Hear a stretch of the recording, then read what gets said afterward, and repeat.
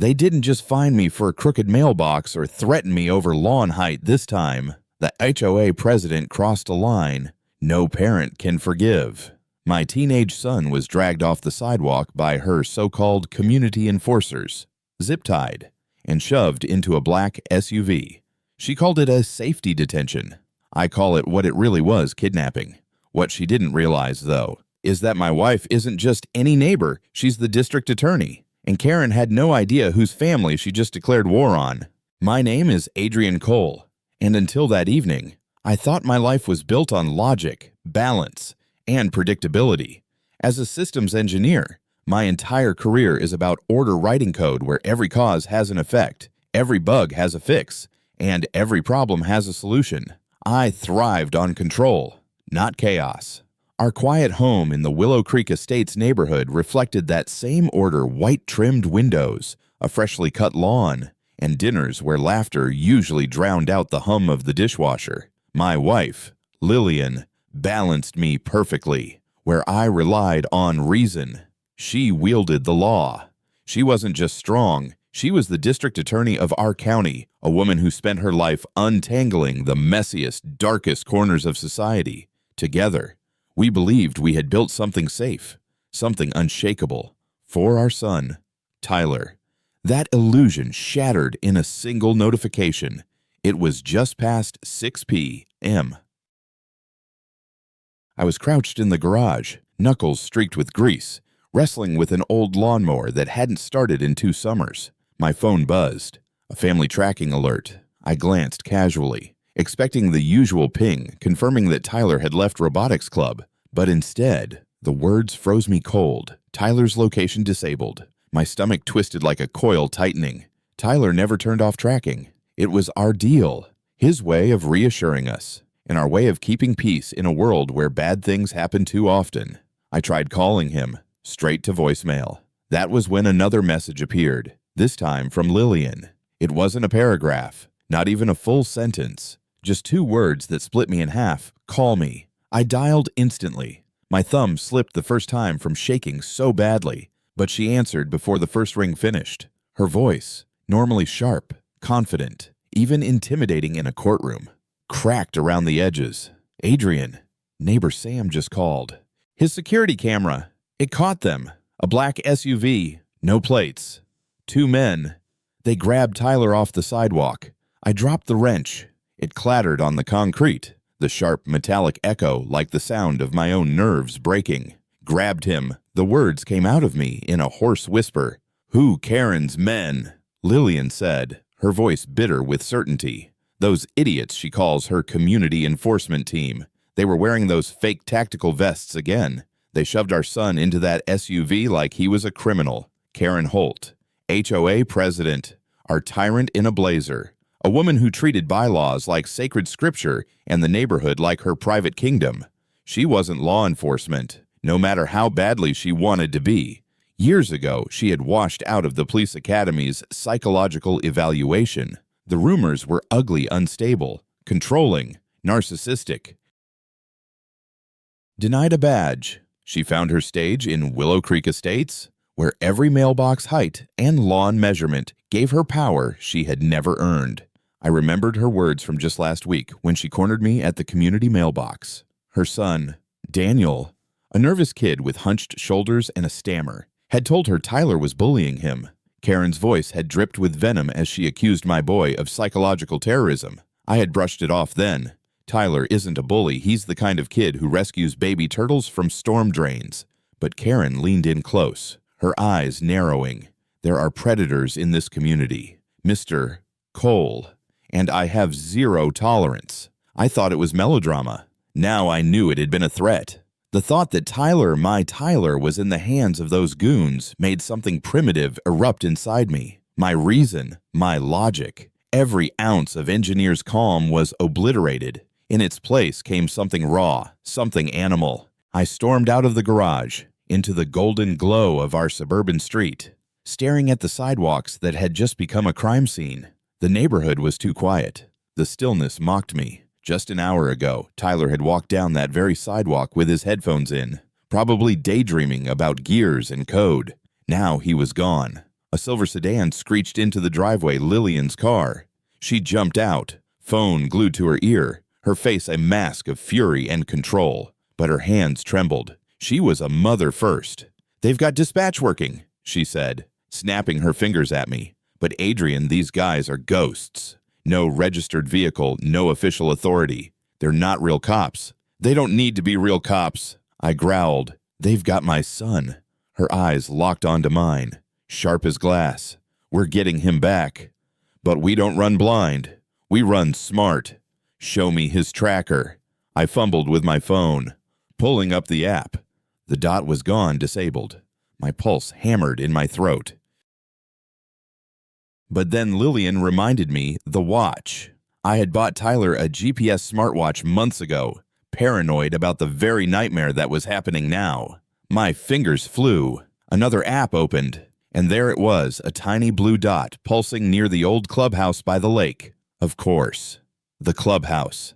That decaying husk of a building the HOA board never repaired, always postponing its demolition with excuses about budgetary issues. It wasn't just storage. Karen had repurposed it illegally, without permits, cameras, steel bars, locks. My throat went dry. "He's there." Lillian's jaw tightened. She was already dialing. Not 911 this time. No, she was calling higher. A judge she knew personally. Someone who could authorize a telephonic warrant before local police even finished their coffee. I stood frozen in the driveway, heart pounding, rage coursing like electricity. Logic was gone. The storm had made landfall. My son was in the hands of a power-mad woman who believed HOA bylaws gave her the right to abduct children. And in that moment, one truth burned hotter than any fear. She had no idea who she had just picked a fight with. The drive to the old clubhouse was the longest 10 minutes of my life. Every stop sign felt like an insult. Every red light like a deliberate barrier between me and my son. Lillian's knuckles were white on the steering wheel, her voice steady but clipped as she relayed the details to Judge Morales over the phone. I could hear her laying out the facts like she was in a courtroom. Abduction, unlicensed security force, unlawful restraint, probable danger to a minor. She didn't sound like my wife in that moment. She sounded like a weapon, and I realized that was exactly what she was. Meanwhile, my mind replayed every warning sign we had ignored. Karen Holt had always been obsessed with authority. From the moment we moved into Willow Creek Estates 5 years ago, she had arrived at our door with a tape measure and a copy of the bylaws, telling us our mailbox was 1 inch too low. 1 inch. I had laughed, thinking she was joking. The stone-cold glare on her face told me she wasn't. That was her introduction, a declaration that in her world, she was the law. Over the years, she built her kingdom. She created her community enforcement unit, which was nothing more than 2 men with checkered pasts and inflated egos. They cruised the neighborhood in an unmarked SUV, wearing tactical vests with fake patches. Their job wasn't safety. It was intimidation. They fined people for leaving toys on the lawn, harassed teenagers for riding skateboards, and issued violation notices for trash bins left out too long. And the worst part, most neighbors complied, too afraid of her to resist. I remembered one board meeting where the Hendersons, a sweet couple with a daughter the same age as Tyler, had asked permission to build a treehouse. Karen practically held a show trial. She accused them of unauthorized vertical construction and aerial sightline obstruction. It sounded absurd, but the board, all retirees who wilted under her glare, voted her way. The Hendersons left humiliated. That night, I told Lillian Karen was nothing more than a bully with a clipboard. My wife only shook her head and said, "Bullies escalate. Adrian, always." She had been right. Now Karen had escalated to kidnapping. The notification from Tyler's smartwatch blinked again. The little blue dot pulsed on the map, right by the lake where the abandoned clubhouse stood. My chest tightened at the thought of him inside that building alone, terrified, zip-tied by strangers. Rage surged hot and cold all at once, a storm of emotions I couldn't contain. Lillian placed her phone on the console, her voice calmer now. "The warrant is on its way. Sheriff's Department will execute it. Not local police, they've got too many ties to HOA contractors. We'll meet the tactical unit there. But even with her measured words, I saw the flicker of fear in her eyes. She was a prosecutor, but more importantly, she was a mother. Logic couldn't completely cover the terror clawing at her. The road narrowed as we turned onto Lakeview Drive. The sun had dipped low, throwing the world into shades of purple and orange. Ahead, the old clubhouse loomed a hulking shadow against the water. Its paint was peeling, windows boarded, but a single bulb burned above a side entrance. Parked right beside it was the black SUV Sam had captured on his camera. "They're here," I muttered.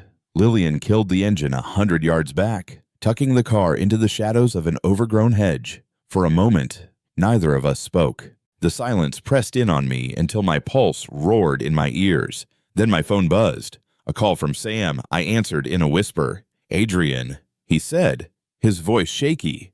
"I didn't tell the police, but I know those guys. They stashed their equipment in the clubhouse, lawn gear, cameras, even weapons. That's where Karen's running her little operation." A chill ran down my spine.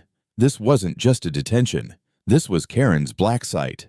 As if to confirm it, my screen lit up with another notification, an emergency HOA board meeting invite. Virtual. Right now. Karen was broadcasting from inside that very building. I tapped join, and her face filled my screen.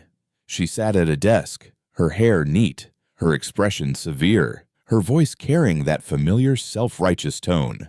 Article 11 authorizes emergency security detentions in cases of imminent community threat, she announced to the board, most of whom looked bewildered on their webcams.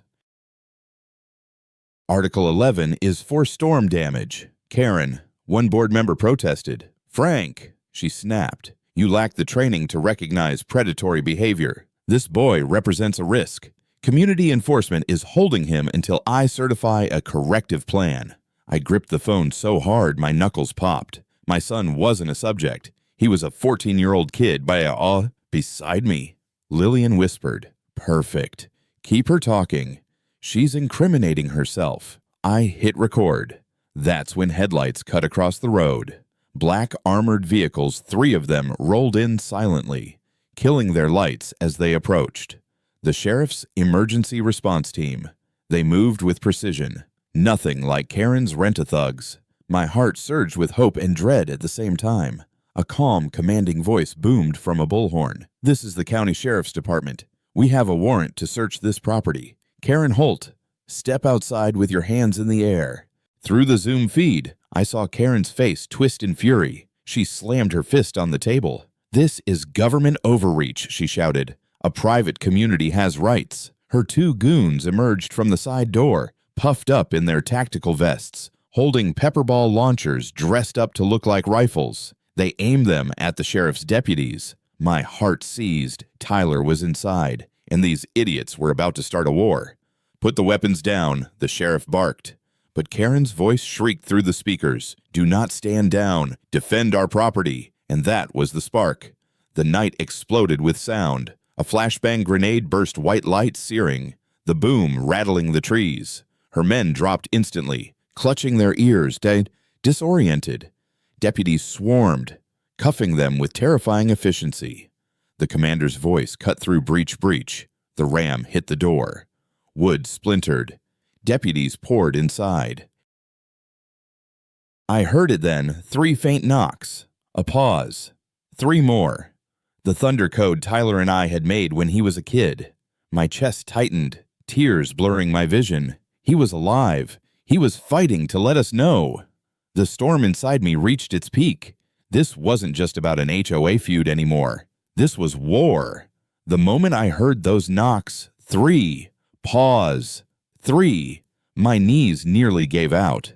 That was our code, our secret rhythm born from thunderstorm nights when Tyler was 6 and too scared to sleep. Back then, I would tap the wall, promising him I was right there. Now, hearing it again through the chaos of a police raid, it was like his voice echoing through the years, telling me he was still fighting, still waiting for me. Deputies stormed the building, radios crackling with clipped commands.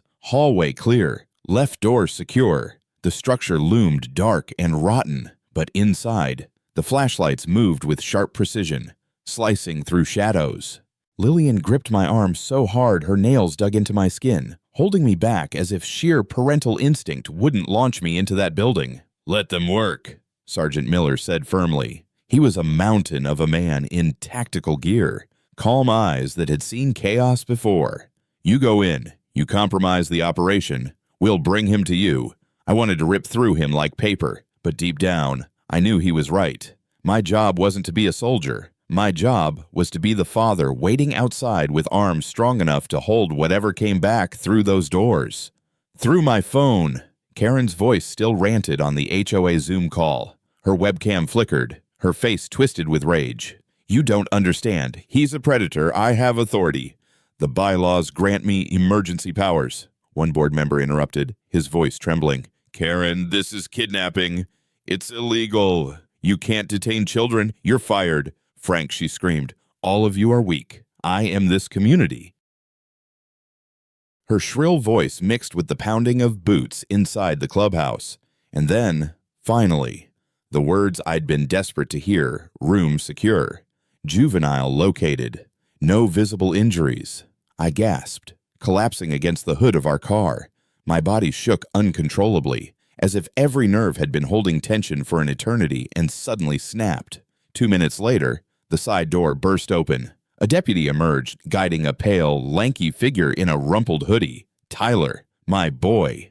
His wrists bore angry red marks from the zip ties. His hair was messy, his eyes wide and haunted, but he was walking. He was breathing. "Dad," his voice cracked, raw and small. I sprinted. The deputy tried to hold me back, but Sergeant Miller waved him off. "Let him through." I crushed Tyler against me, feeling the rapid thump of his heart against my chest. He clung to me like he had when he was 5, his fingers clutching my jacket. I whispered into his hair, my voice breaking. "I've got you, son. You're safe now. We're here. We're not letting go." Lillian reached us, tears streaming freely for the first time that night. She cupped his face by brushing hair from his forehead, scanning him for injuries like a prosecutor building a case, meticulous, thorough, relentless. Tyler managed a shaky smile, but the moment of relief was shattered by a commotion behind us. Deputies dragged Karen out of the building, kicking and screaming like a dictator toppled from her throne. Her pristine blazer was torn, hair falling from its rigid bun. She looked nothing like the iron-fisted queen of HOA meetings. She looked deranged.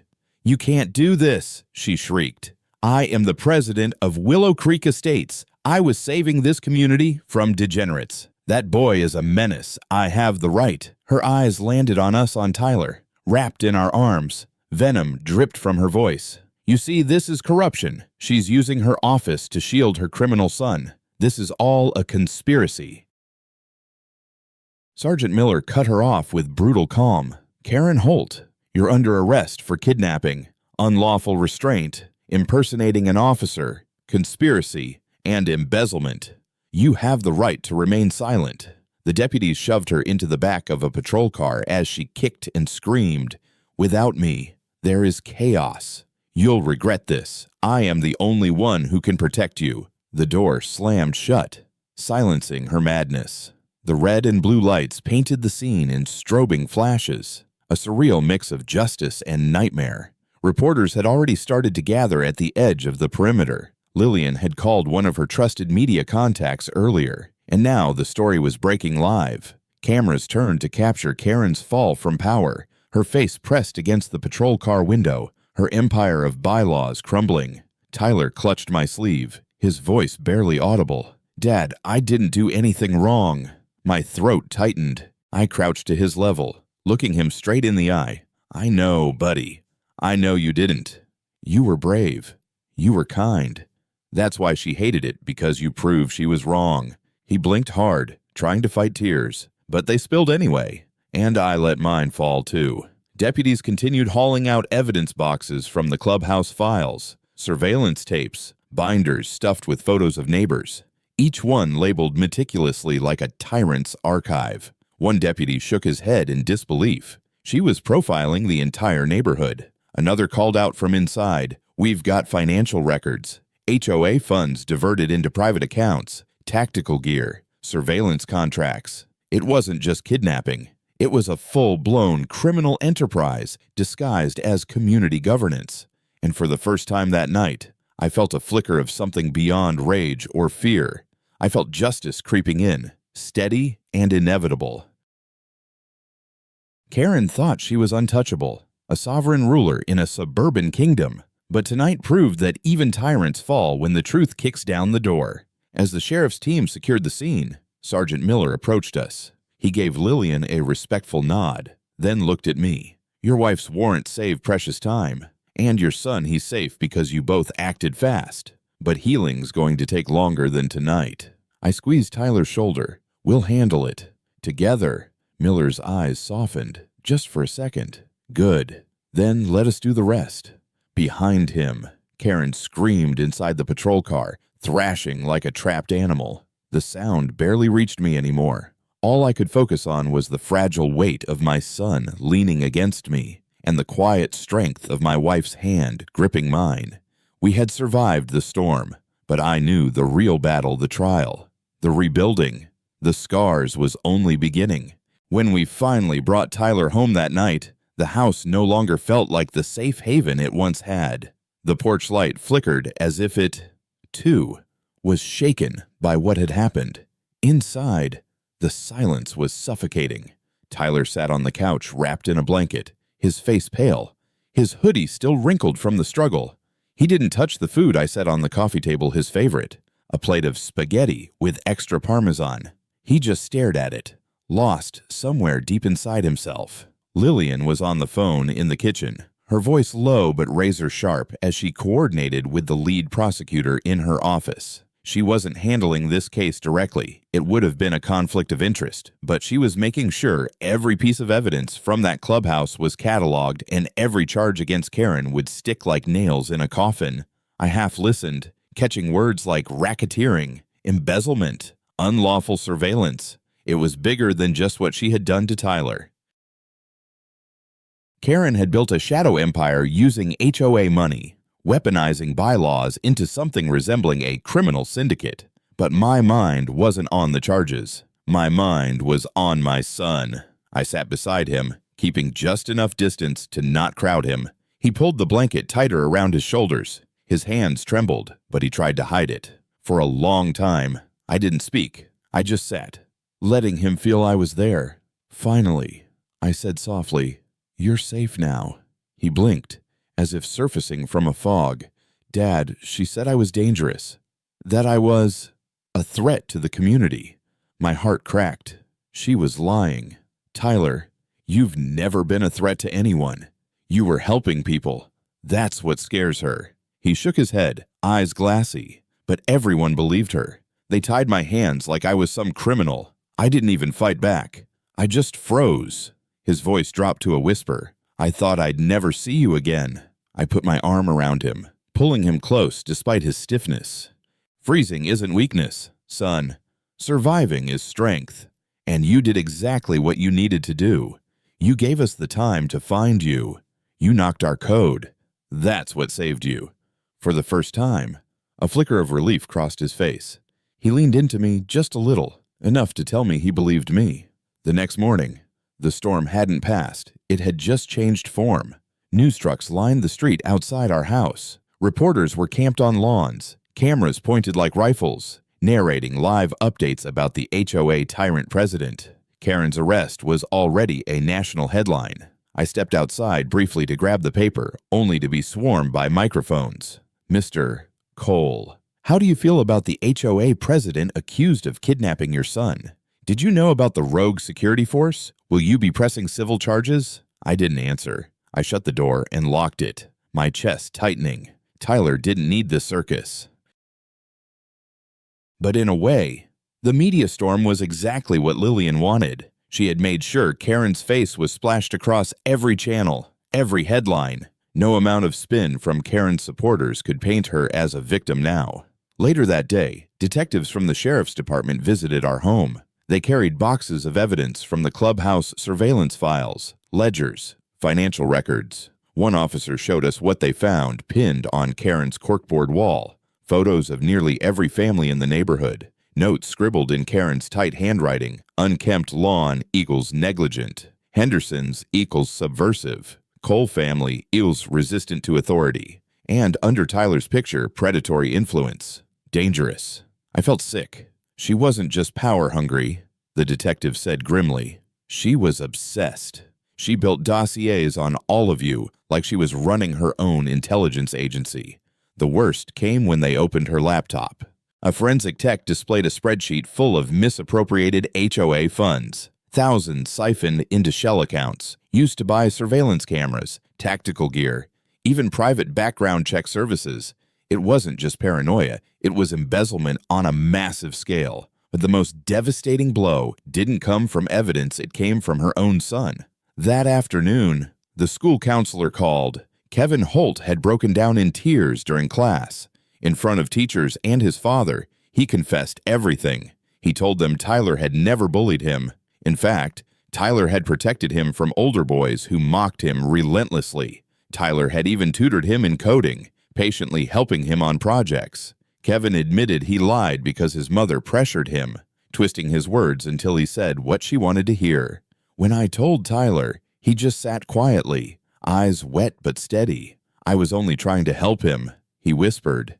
And you did. I told him. You helped more than you'll ever know. Hearing Kevin's confession was like a knife through Karen's entire narrative. Her justification for abducting Tyler was built on sand, and now her own son had washed it away. By evening, the HOA board had collapsed. Members resigned en masse, terrified of being implicated. The clubhouse was officially seized as evidence, and Karen sat in jail, awaiting her first hearing. But for us, the war wasn't over. That night, Tyler jolted awake from nightmares, his body shaking. He told us he kept hearing the sound of the SUV door slamming, the click of zip ties, the echo of Karen's voice declaring him a predator. I stayed awake beside him, whispering the thunder code on the wall, 3 knocks. Pause. 3 knocks until his breathing slowed. I realized then the truth: Karen hadn't just kidnapped my son for a few hours. She had stolen his sense of safety. She had shown him the monster behind the neighbor's smile, and that damage would take much longer to heal. But as I held his hand, I swore silently no matter how long it took, we would rebuild. She had tried to break him. Instead, she had awakened something stronger inside him, and inside us as a family. And Karen. She had no idea how completely her empire was about to collapse. The courthouse was packed on the morning of Karen Holt's arraignment. Reporters filled every seat not already taken by neighbors, victims, and curious onlookers. The air buzzed with whispers, the click of cameras, the faint hum of live broadcasts being streamed straight to the evening news. Tyler sat between Lillian and me in the front row, his hoodie pulled tight as though it might shield him from all the flashing lights. His face was pale, but his eyes were steady. He wanted to be there. He wanted to see it through. When Karen was led into the courtroom in an orange jumpsuit, shackled at the wrists, the room fell silent. She looked smaller somehow, diminished. The perfectly pressed blazers and polished heels were gone. What was left was a middle-aged woman with hollow eyes, lips pressed into a thin line of fury. But the fire hadn't gone out. As soon as her gaze swept the courtroom and landed on us, the mask cracked, and pure venom glared back at me. The judge read the charges in a voice as steady as stone. Kidnapping in the 1st degree, false imprisonment of a minor, conspiracy, embezzlement, unlawful surveillance, racketeering. The list went on, each charge heavier than the last. Every few seconds, gasps rippled through the gallery. By the time the judge finished, Karen's carefully built kingdom sounded less like a community organization and more like a criminal cartel. Her court-appointed attorney, a man who looked more tired than invested, tried to paint her as a dedicated volunteer who had made mistakes out of an overzealous sense of duty. He asked for bail, claiming she wasn't a flight risk. Then the prosecutor stood one of Lillian's colleagues, a relentless bulldog of a man named Ramirez. He spoke with the calm authority of someone who had been waiting for this exact moment. Your Honor, the defendant did not simply make mistakes. She created a parallel system of governance, funded by embezzled HOA dues, enforced by unlicensed security thugs, and culminating in the armed abduction of a 14-year-old boy. She is not a pillar of her community. She was its jailer. Bail must be denied. The judge's eyes peered over her glasses, her expression hard. Bail is denied. The defendant will remain in custody pending trial. For a moment, Karen's composure cracked completely. She slammed her shackled fists on the defendant's table, her voice rising to a desperate shriek. This is a conspiracy. They're all against me without me. This community will collapse into chaos. You're all weak, blind sheep. I am the only one who can keep you safe. The bailiffs dragged her back as she kicked and screamed, her voice echoing down the hallway until the heavy door shut behind her. The courtroom exhaled in collective relief, though the air still pulsed with tension. Beside me, Tyler whispered, "She really believes that, doesn't she?" I nodded grimly. That's the scariest part. She believes every word. Outside the courtroom, the scene was pure chaos. News crews swarmed the steps, thrusting microphones at anyone willing to speak. Parents clutched their children tighter. Board members who had once cowered before Karen now tried to distance themselves from her, mumbling about not knowing the extent of her actions. But the story that truly cracked everything wide open came not from the court, not from the reporters, but from her own son. Kevin Holt hadn't been present in the courtroom, but word spread fast. The school counselor released a statement, carefully worded but damning. Kevin had admitted that Tyler never bullied him. In fact, Tyler had protected him, even tutored him, when older boys at school targeted him. Karen had twisted Kevin's silence into a false accusation, then weaponized it to justify her madness. That revelation hit like a bombshell. Neighbors who had once murmured doubts about Tyler now looked at him with guilt in their eyes. Parents shook our hands, apologizing, thanking us. The narrative shifted. Tyler wasn't the villain in Karen's story. He was the victim of it. And he wasn't just a victim. He was, in his own quiet way, a hero.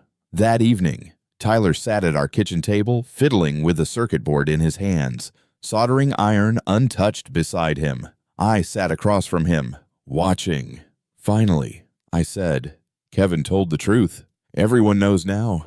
Tyler's hand stilled. He looked up at me, his eyes wet but determined. I didn't want to hurt him. "Dad, I just wanted to help." My throat tightened. "And you did, son. You helped more than you know. You showed him kindness when no one else did. That's the kind of strength no one can take away from you." For the first time since the abduction, Tyler smiled, small, fragile, but real.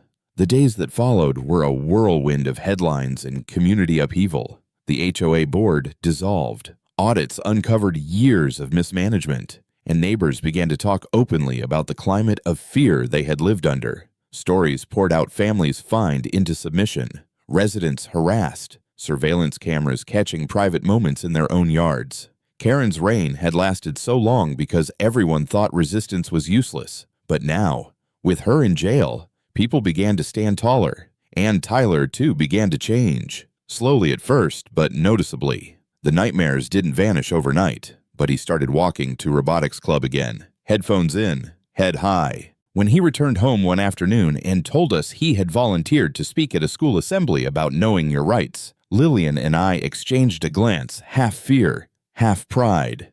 "You sure you want to do this?" I asked him gently. He nodded. "If I don't, then she still wins." That night, I lay awake in bed, staring at the ceiling. The house was quiet, but my mind was a storm. I thought about Karen, sitting in a cell, still convinced she was the savior of Willow Creek. I thought about Kevin, finally free to speak his truth without fear of his mother's wrath. And I thought about Tyler, my boy, standing taller, speaking louder, because of the very nightmare meant to silence him. Karen Holt had stolen our peace, but she had given us something too, the undeniable truth that unchecked power, no matter how small or suburban, can grow into tyranny. And it takes courage sometimes from the most unexpected places to stand against it. As I drifted into uneasy sleep, one thought stayed with me. This wasn't just a story about an HOA feud gone too far. This was a story about how easily control can turn into corruption, and how love of family, of justice, can burn brighter than fear. And the trial hadn't even begun yet. The weeks leading up to Karen Holt's trial were a blur of depositions, evidence catalogs, and neighborhood gossip spilling into the evening news. Our once quiet street had become a symbol of suburban tyranny. Headline after headline painted Willow Creek Estates as the neighborhood that had birthed a dictator with a clipboard. For Tyler, each newscast was a reminder of the night he was taken, but he refused to look away. He watched, listened, and absorbed it all like he was determined not to let fear erase the truth. One afternoon, detectives invited us back to the seized clubhouse to walk through what had become Karen's twisted command center. The building, once a dusty relic, was now treated like a crime scene museum. The smell of mildew mixed with stale coffee lingered in the air. The walls were plastered with corkboards crisscrossed by red yarn, like something out of a conspiracy thriller. Only, this wasn't fiction, it was the lives of our neighbors. There were photographs of nearly every family in the community license plates, social media screenshots, even pictures of children playing in their yards. On one wall, I found our family pinned up. A photo of me mowing the lawn, Lillian getting into her car for work, Tyler climbing off the school bus. Next to each photo, Karen's handwritten notes dripped with paranoia. Adrian Cole, hostile attitude, resistant to authority. Lillian Cole, conflict of interest, dangerous influence. Tyler Cole, predatory tendencies, risk to community youth. My stomach twisted as if I'd swallowed glass. She's insane, I muttered, hands shaking as I pulled the paper closer.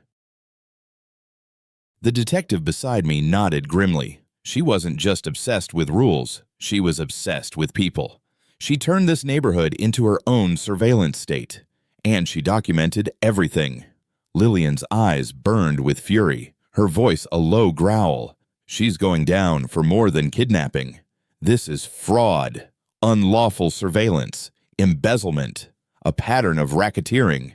She turned the HOA into her own criminal enterprise. Tyler stood silently, scanning the walls. His voice came out small but steady. She watched us like we were criminals. I crouched beside him, putting a hand on his shoulder. She watched us because she was afraid of us, afraid of people who couldn't be controlled. The forensic team uncovered the real bombshell when they cracked Karen's laptop. A spreadsheet popped up on the monitor, years of HOA financial records, doctored and mislabeled, tens of thousands siphoned off into security expenses, community safety, and landscape maintenance.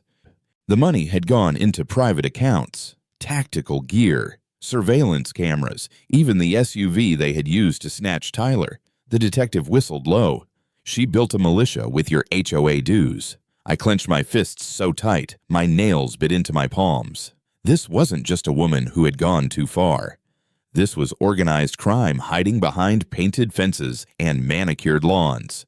But the most devastating evidence came not from files or bank statements, but from Kevin Holt himself. At school, Kevin had begun speaking with counselors more openly. Free from his mother's shadow, the boy finally admitted what we already suspected. Karen had forced him to lie about Tyler. He confessed that older kids had bullied him relentlessly, mocking his stutter, stealing his lunch money. Tyler had stepped in not with fists, but with cleverness.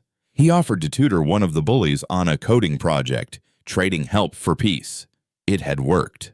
The bullying stopped. Kevin gained a friend in Tyler. But Karen couldn't accept that. She had interrogated her son, pushing and twisting until Kevin broke down and told her what she wanted to hear, that Tyler was the predator.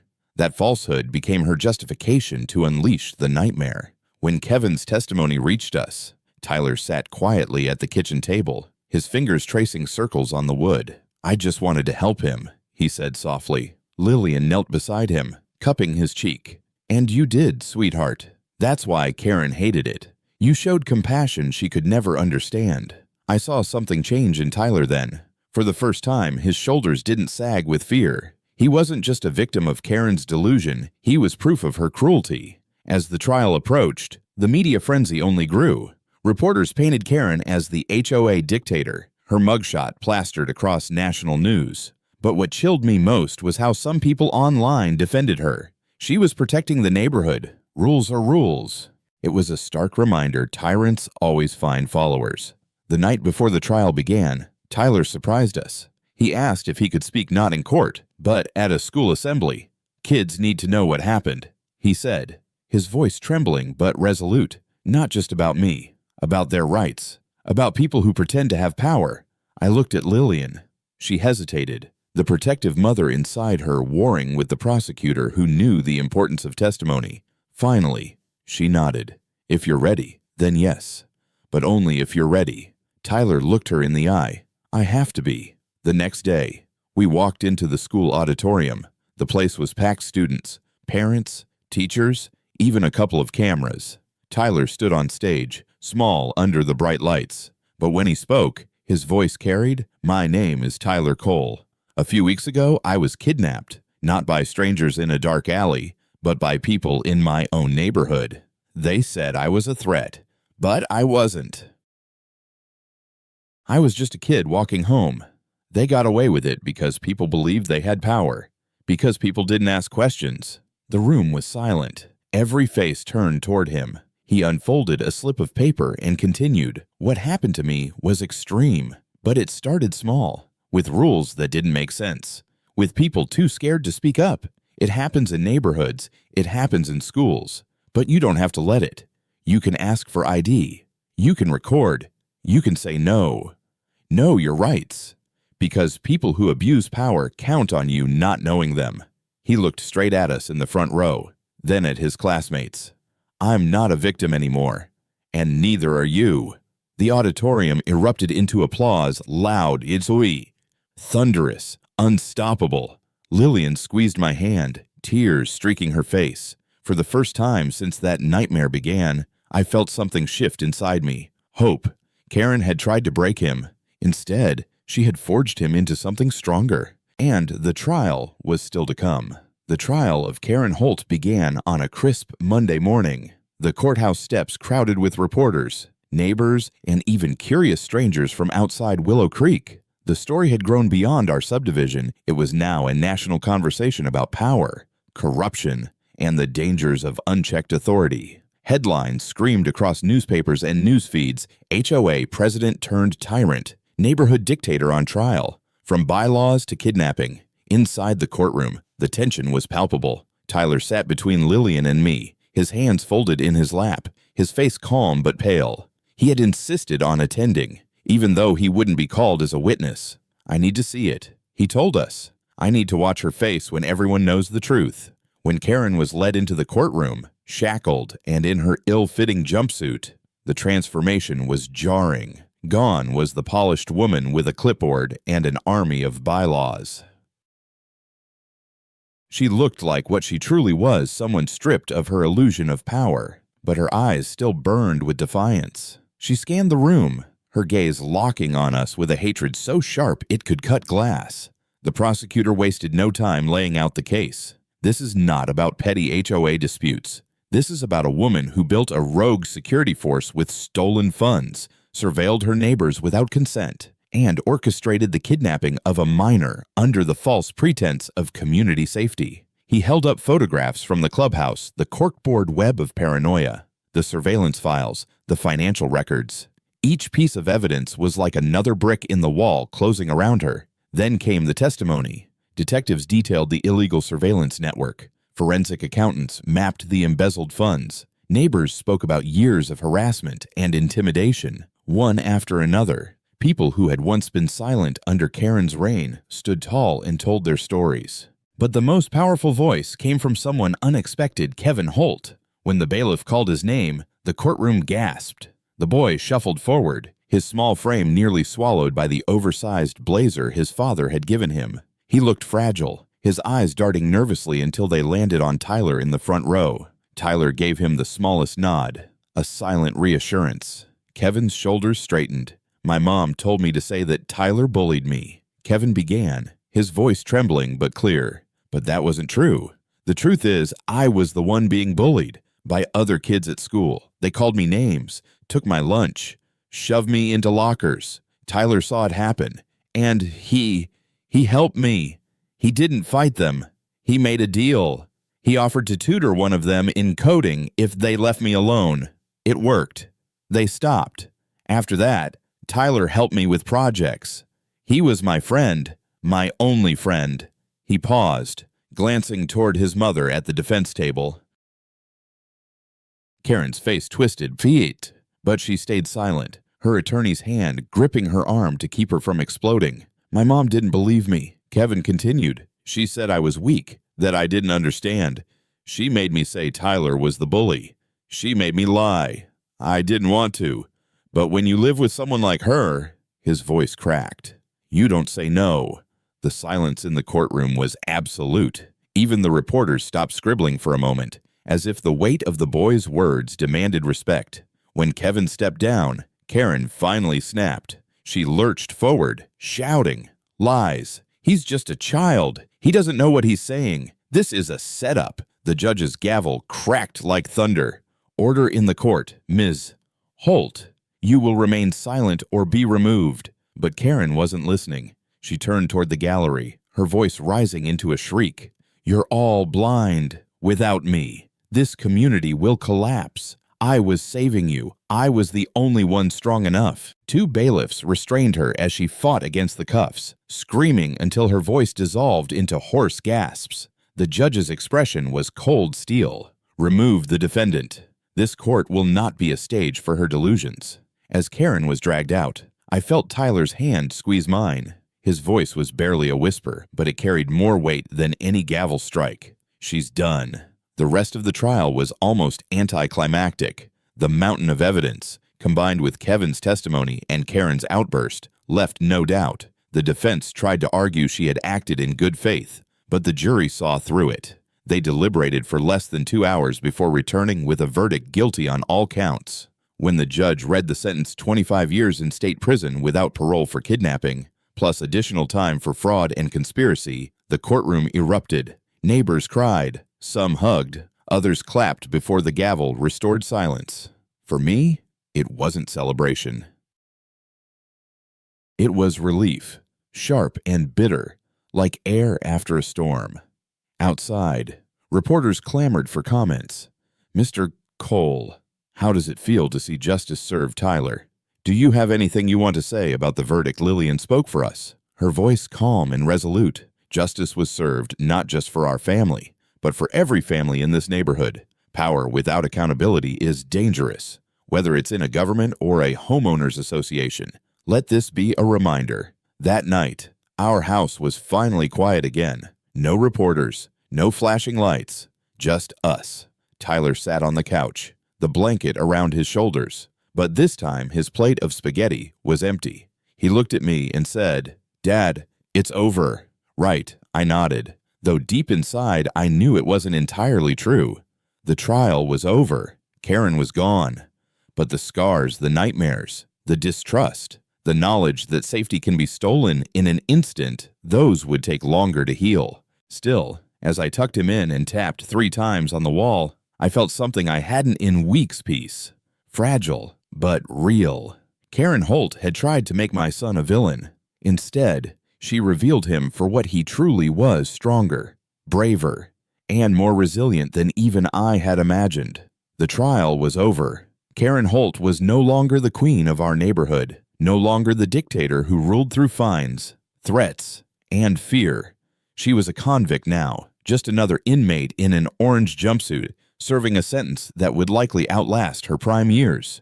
For Willow Creek Estates, her downfall was like a collective exhale. But for us, for my family, it was the beginning of something more complicated: healing. The first week after the verdict felt surreal. Neighbors I barely knew knocked on our door with casseroles, flowers, even handwritten letters of apology. The Hendersons, who had once been humiliated by Karen over a treehouse, stood on our porch with tears in their eyes. "We should have spoken up sooner," Mr. Henderson admitted. "We should have fought back years ago. Maybe this never would have happened." I didn't blame them. Fear has a way of silencing even the strongest voices. Karen had been masterful at weaponizing that silence, making everyone believe resistance was futile. But now, with her gone, people were talking again. The HOA board dissolved almost overnight.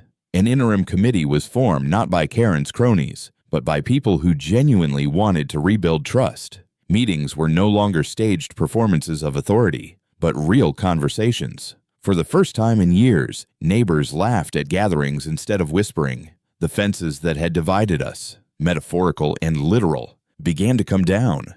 But inside our home, the battle wasn't over. Tyler still woke up some nights drenched in sweat, his body stiff with fear. The slam of a car door outside, the bark of a dog, even the hum of a neighbor's lawnmower could send him spiraling back into that SUV. He would clutch his blanket like armor, eyes wide, until one of us tapped our thunder code on the wall 3 knocks. Pause. 3 knocks. Only then would he breathe again. Lillian and I found ourselves navigating uncharted territory. She was fierce in the courtroom, but at night, when Tyler's nightmares returned, I saw the cracks in her armor. She would sit beside his bed, stroking his hair, whispering promises she couldn't guarantee. "You're safe now. No one will ever hurt you again." I wanted to believe those words, but the truth is, we both knew safety is never absolute. One evening, as we sat around the dinner table, Tyler looked up from his untouched plate. "Dad," he said softly, "can I do the assembly again at school? Only this time not just about what happened to me, about what it means, about knowing your rights." Lillian and I exchanged a glance. I could see the protective instinct rise in her. Part of her wanted to shield him from more attention, from reliving the trauma in front of others. But then she saw what I saw: determination in his eyes. He wasn't asking for permission. He was telling us he was ready. A week later, the auditorium filled again. Parents, teachers, students, even some of the same reporters who had covered Karen's downfall came to listen. Tyler stepped onto the stage, clutching his folded notes. His voice was shaky at first, but it grew stronger with each word. "My name is Tyler Cole. Some of you know my story already, but I'm not here to talk about what was done to me. I'm here to talk about what I learned."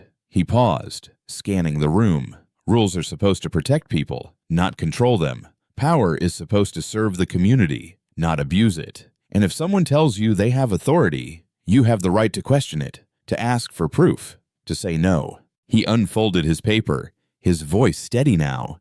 "What happened to me started small, with unfair rules, with people too afraid to speak up. That can happen anywhere, in schools, in neighborhoods, even in families. But it doesn't have to end the same way. If you know your rights, if you stand together, no one can turn fear into power over you." Silence filled the auditorium, the kind that comes not from boredom, but from weight. Then, one clap, then another. Soon the room erupted into a standing ovation. Kids his age cheered, parents wiped their eyes, teachers nodded with pride, and Lillian gripped my hand so tightly it hurt. When Tyler stepped off the stage, he didn't look like a victim anymore. He looked like a young man who had faced the worst of someone's cruelty and come out stronger. That night, as we sat together on the porch, watching the sun dip behind the tree line, Tyler leaned his head against my shoulder. "Do you think she'll ever understand what she did?" he asked quietly. I thought about Karen, raging in her cell, still convinced she was the savior of Willow Creek. I shook my head. Some people never see past their own delusions, but that's not our burden anymore. Ours is to move forward. He nodded slowly, and for the first time since that night, I saw peace settle over him, not permanent, not complete, but enough. The lesson was clear, and it was one we carried together. Unchecked power is dangerous, whether it hides in a government, a company, or a homeowners association. Silence enables tyranny, but courage sometimes just a knock on the wall. Sometimes a voice on a stage can dismantle it. This story isn't just about one boy, one family, or even one corrupt HOA. It's about what happens when power goes unchecked and when fear silences good people. But it's also about resilience, about finding strength in the darkest moments, and about the courage to speak up even when your voice shakes. If there's one lesson I hope you take away, it's this: know your rights, and never let anyone convince you they have power over you without question. Authority only exists when people surrender to it. True strength lies in standing together, in demanding accountability, and in protecting one another. So I ask you, what would you do if someone like Karen Holt ruled your neighborhood? Would you stay silent? Or would you stand up? Share your thoughts in the comments below. And if you want more stories like this, stories of justice, resilience, and the fight against everyday tyranny, don't forget to subscribe. Together, we can make sure voices like Tyler's are never silenced again.